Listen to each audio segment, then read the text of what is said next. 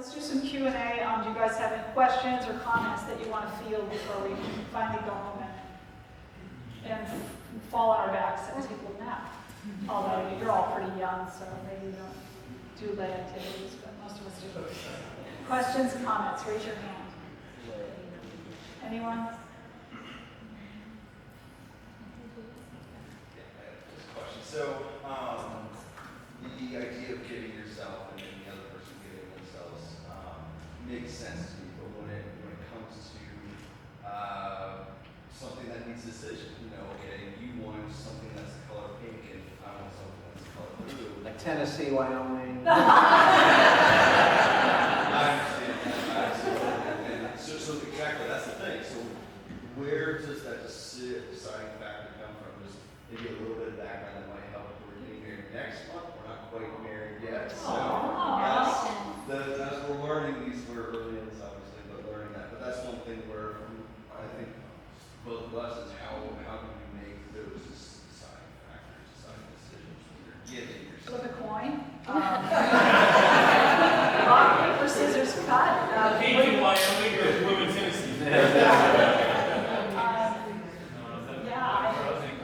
I think it's really helpful, like when I work with individuals making big decisions, I have them do pros and cons of the two options. So you have 2 columns of pros and cons, one for each option, if you have 2 options. And you write them down. You have to write it on a piece of paper, so you do this together. And then you would weight each entry because not every entry is going to be as important as another. So weight them on a scale of 1 to 10, 10 being the most important. And then just get it all on paper and then pray together. And, kind of get out of the I want this mode versus I want this and get into we are making this decision together.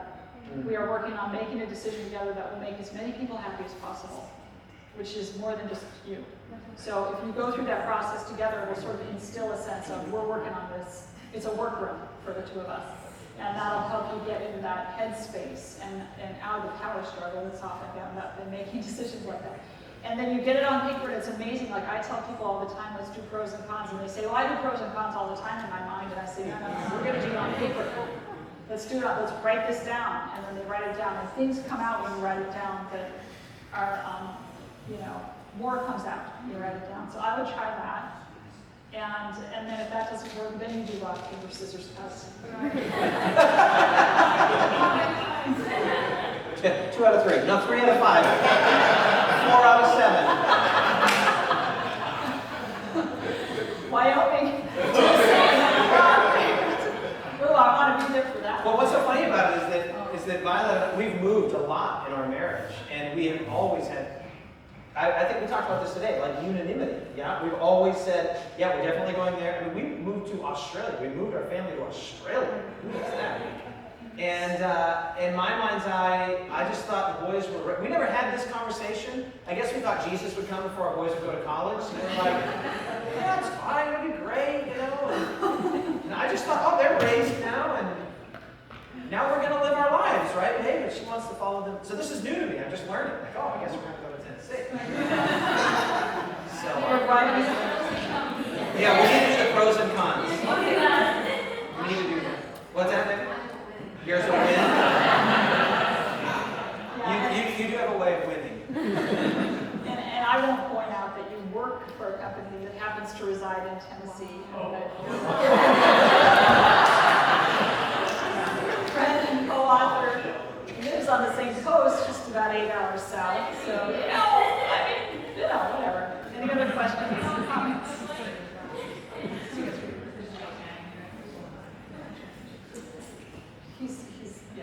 Any other questions or comments, guys? Is it sufficiently clear? Go ahead. What do you got? We want to hear from you. We want to understand you. We want to know you. Oh, there you are. When we talked about the blame game, you mentioned, if an argument comes up, the tendency is to blame because it's not about right or wrong, it's who wins the argument. Right. What do you suggest couples move towards instead of trying to win the argument and blaming? What should that trajectory look like instead? It's good. That's basically the whole thing I'm doing tomorrow. But a really good tool is time out. You know, especially if you tend to escalate and get into like combative kind of posture with each other, time out, take a break, and then whoever called time out schedules the next time you talk it through. And you keep trying to talk it through until you can get somewhere with it. But understand that some conflicts, and I go into this in the workshop, some conflicts never get resolved. Something like 69% of marriage conflicts are perpetual. But they can be done in such a way that they pull you together. And people that think it has to be resolved or I can't go forward with the relationship are just wrong. Because unless it's one of those major deal breaker issues like adultery, abuse, this type of thing, you can live with it. And if you can live with the difference, it's the way that you approach the conflict that ultimately matters. So did that answer your question? Or? Yeah, I guess also, when you're, we'll have arguments, right? You have an argument and maybe, like, everyone's trying to win the argument. And then maybe I say, okay, let's take a time out, what you suggest. It might almost feel like I'm being diminutive, to the person, like, oh, you don't want to finish the conversation. So What I do with that is I have people contract with each other that they do a timeout when they're feeling escalated. It's just you. It's like if I feel like I'm not going to be thinking straight, I'm going to call a timeout for my own sake. I'm not putting you down. I'm just saying I need to time out. But you contract ahead of time that this is something either of you can do whenever you need it. And then whoever called the timeout is the one that takes responsibility for revisiting the issue when you're calm. So that is different than stonewalling or withdrawal. Because the thing that's scary about withdrawal and stonewalling is you think you're being abandoned, and the problem is being abandoned. No, you're not. You're just coming back at it when you're sharp and when you're capable of addressing it successfully. So you agree ahead of time together that you will, either of you at any point for your own reasons can time out, and then whoever timed out can come back. And that was all hypothetical. That's all. Exactly.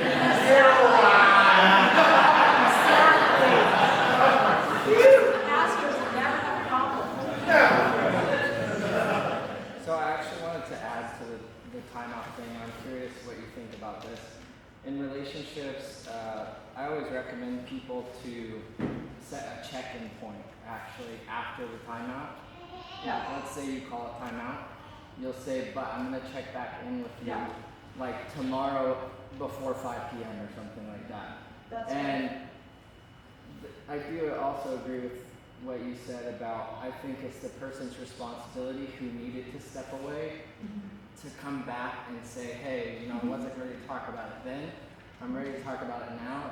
And I think to the other person, that's going to show them that you love them and that it really did mean something to them that you were upset and you want to talk about it now. And that's going to show that you love your partner. Amen. That's very good. Thank you for that embellishment of that principle, and you're spot on. I like the check-in too. Just one more thing. There is a thing that, let's say 5 p.m. comes around and you check in and you're still not ready to talk. That doesn't mean you can't push the check-in back, but it's important that you at least checked in. That's good. Yeah, very good. I love that. So cool. The wisdom of the community. Anybody else? 'Cause we help each other, That's the reality of the situation. Jessica. How about when you're a person who, you need to time out, but your personality is also you withdraw when there's conflict? It's hard to do that check-in.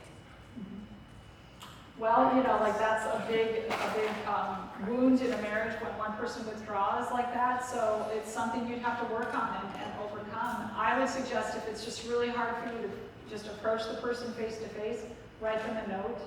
My husband and I have written each other a number of notes throughout our marriage where, just something goes wrong, and then you end up getting that note, and that can really it can be very reassuring that the person is still engaged and they still care, even if they can't look at you right now, which does happen. Good, thank you. Anybody else?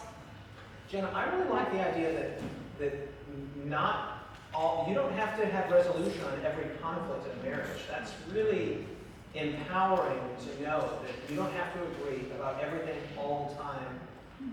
Always. There can be things where you just see differently.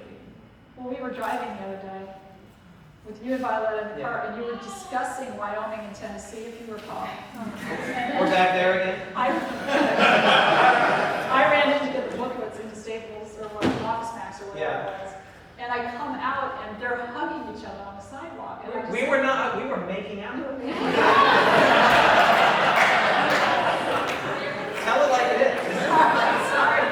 And I was like commending you. I was saying, I love how you guys can kind of go at each other one minute and be like, Like I said, we don't do a ton of, we do have some pretty, we do argue occasionally, but this was kind of an unusual one for us because we're like, in the car with me. no, just because, well, it actually started in the airport. What happened was is you showed up at the airport too soon because we started the conversation when we got off the airplane, and I thought we got plenty of time to have this conversation. You know, by the time we walk down, we get our baggage, Jen's gonna be late, but you were there, and so it was like, the conversation was only about 60% done. We got in the car, and we're like, hey Jen, how are you? And it was like 5 minutes later, I'm like, Jen, what do you think It about wasn't 5 minutes. 5 seconds? Yeah, exactly. 5 seconds later. Immediately. But that's actually not what I was referencing. But I was referencing something else in my marriage. But you don't always have to. Okay, Dave, I'm just going to be a little vulnerable with him here.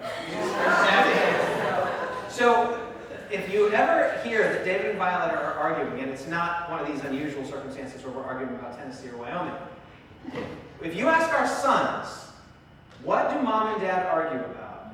Driving. They would say what? Driving. Driving. Yeah, we have very different philosophies of driving.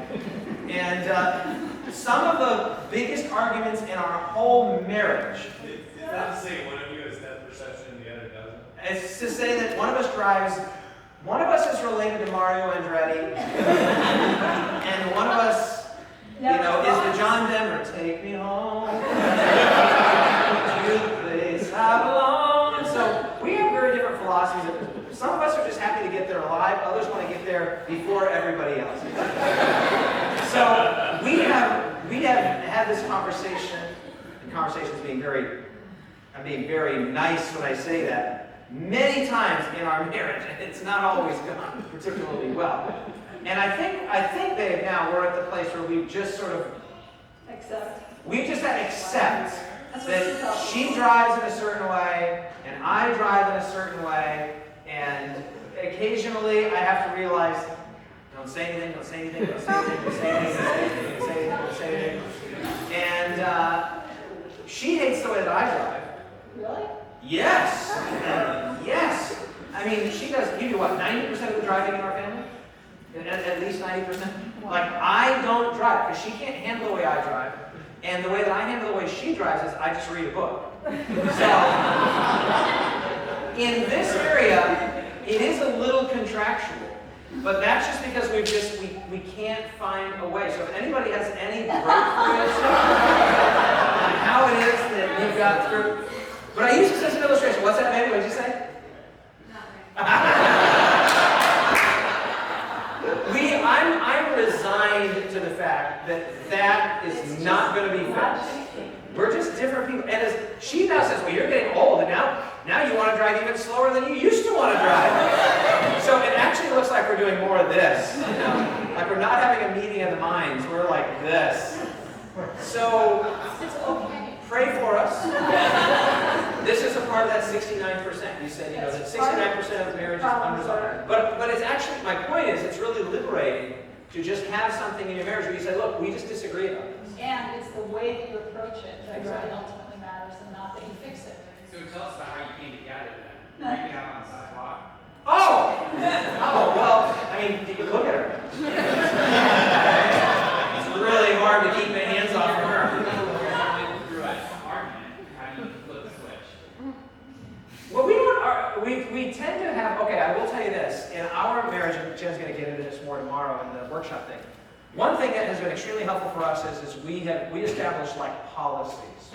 Like there's just things you just aren't allowed. Like in our sober moments, in our, you know, where I don't mean literally sober, but where nobody's arguing, we're sitting down. We then discuss things that are allowable and not allowable. Like, hey, we can't do that, we can't do that, and you know, there's just some of these policies. We'll write about these in the book. So that then what happens is, if an argument or a disagreement ever escalates and one of those policies that you've agreed upon becomes threatened, then the person can say, hey, you're not, you're out, it's just like you're playing a game of football. You say, hey, you stepped out of bounds. You can't just say, well, I'm playing by my own But rules. it's Well, then now the important. game is, it's over. It's important that you establish those ground rules together. Exactly, you establish those ground rules together. So I think once you have that security of, hey, we're going to have a forum in which we know how to disagree. I mean, we talked about how marriage is a skill. Disagreeing is a skill, right? Like you learn how to disagree without turning into an obnoxious jerk. And once you've done that a bunch, you actually get to the place where disagreements aren't catastrophic. You can just disagree, like even right now, like we're in the midst of this disagreement about Tennessee and Wyoming, we're actually kind of having fun with it. Like, somebody's going to win out. I'll just give you a guess of who that might be. But even within that, like, too often, some couples don't know how to disagree and how to come back together, and still, like, our lives over here can still be fine. We still want to love one another. We're still raising children together. We still love Jesus together. Yes, we disagree about X, but we're still here. Some people, this becomes all-consuming. But when you learn how to sort of code switch between, oh, we were arguing about that, but we're still deeply committed over here, and we still have all of our little, date night, and what's that? Yeah, compartmentalize. That's a great way. Once you sort of learn how to do that, I think you just learn how to code switch and say, okay, well, that's behind us now. And it's also, as I was saying, very liberating just to say, well, there's just some things we're just not going to agree about. And I have to say this, I think men are better at compartmentalizing than women overall, and that there are quite a few women in marriages that feel like everything has to be fixed before I can love. And I'm staying right here and now, and you're here, and that's a losing game. Right. And you better start loving right now, as long as there's nothing catastrophic going on or any contractual, compromise of the contract or the covenant of marriage going on. Love as best you can that person. And there will be changes within the context of that love and commitment that would never take place if you stand back and wait for those things to change before you love them. Yeah. Beautiful. Just saying. Yeah, go ahead, Tom. One of the things that kind of resonated with what you were saying there, my wife and I, early in our marriage, I think the hardest part was not so much what we would argue about, but it was the way that we communicated about with each other. So I think that, and I always kind of attributed that to the fact that we come from different cultures. My wife is German, I'm American, and so right away we had different cultures, we had different language backgrounds. So I just thought, well, that's like a hurdle that we have to get over. Correct. But I think when we've talked over the years, it's like some of the things we've argued about have actually not been that big of a deal. Right. But where we've ended up hurting each other more than anything has been the way we've communicated. It's not the thing, it's how you deal with it. Right, it's not the thing, so it's how we dealt with it. And I think that that's almost a bigger skill that I wish we would have learned earlier. And frankly, we still use work on today. Always. Right? You're It's in the right not, place. it's not just like how do we have that conflict, but do it in a way where we're respectful to each other and can disagree. Because the actual thing we're arguing about, honestly, in the end, It's not a deal breaker. it's not a never a deal deal breaker, but sometimes how we communicate with each other feels like it could be a deal breaker. Because there's a subtext going on. And by the way, that's exactly what we're going to be addressing tomorrow, how to talk through difficult things in a productive way instead of a way that creates an additional problem, a secondary problem. So That's out of the courtroom. I was just going to say, Yeah. Jen's got great material on that, the out of the courtroom into the workroom stuff. It's so helpful because once you can sort of both say, hey, wait a minute, we're working toward the same end here. This is obviously, we passed the point of productivity. We both recognize that. What you need then is tools. You need tools, something, okay, well, what do we do now? And Jen's got some great stuff on that. So, really tough thing. Good. By the way, I can relate to that because my wife's Romanian, and what our ways of, like, we got married very quickly. And one of the things that we learned early on is that my family's way of sort of dealing with disagreements and her family's way were totally different.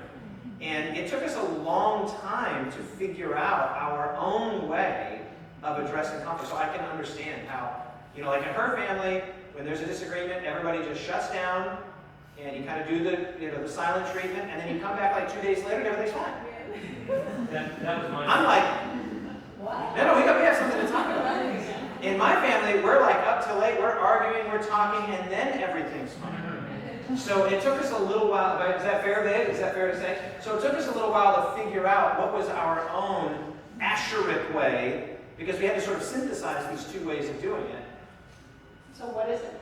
Well, we don't do this, the silent treatment thing doesn't work. And that, she was sort of raised in that environment, that stonewalling, withdrawal. But that didn't work for me because I need to, just need to talk through it. But that was so foreign to her. But I didn't want to do that. I told them at the very beginning, I don't want to do the sound treatment, but I didn't know anything else to do. Right, that's my point about it's a skill. I mean, we just literally didn't know. And I don't think it's an exaggeration to say that, I mean, in some ways I kind of had to teach you. Like, we learned together how to talk things out. And praise the Lord that, we didn't have a therapist or anything to teach us that. We figured it out. So it's just different families, and even across cultures, different family cultures. You just assume, well, this is the way my family's up. This is the way that people do it, right? And then you're like, well, we don't do it like that. And all of a sudden, you So gotta you figure it still out. haven't told us how you stay up still, or? Stay up? Yeah, what's your synthesis of her stonewalling and your? No, we don't do the stonewalling. We just talk stuff out now. We talk about. Yeah, we just talk. By it the out. way, the verse in Ecclesiastes says that don't let the sun go down on your anger. Ephesians. I think it's a quote in the Old Testament. But anyway, I don't think that means that you have to resolve it before you go to bed. And this is why, because I think the brain gets tired and people get less capable of Thinking clearly. productive thinking and resolving. They get less patient. Patience is a cognitive skill and it takes energy. They've done research where they put a banana split in front of a person and they had to resist the temptation to eat it, and then they had to do a hard math problem, and if they had the banana split that they had to resist and then they did the math problem, they did worse on the math problem than the person that didn't have the banana split. So there's cognitive energy and exercising patience and the things that are required of getting through difficult discussions. It's hard to do that late at night. Yes, I don't recommend trying it late at night. I think what that verse means is don't let the person die. Like, that's the sun going down permanently. Don't let things be left undone. And just back to the checking in thing that Rich was talking about. As long as you say, hey, look, there's goodwill here. I love you. We're going to work through this. I'm not abandoned, but we just need a night's sleep, or we need some time. And that's very reassuring. I mean, even with my kids, if something happens, my oldest daughter says to me, look, Mom, we'll talk this through, but I just don't want to do it right now. It's very meaningful to me. And it helps me have more patience. So, yeah, give those love signals and those goodwill signals.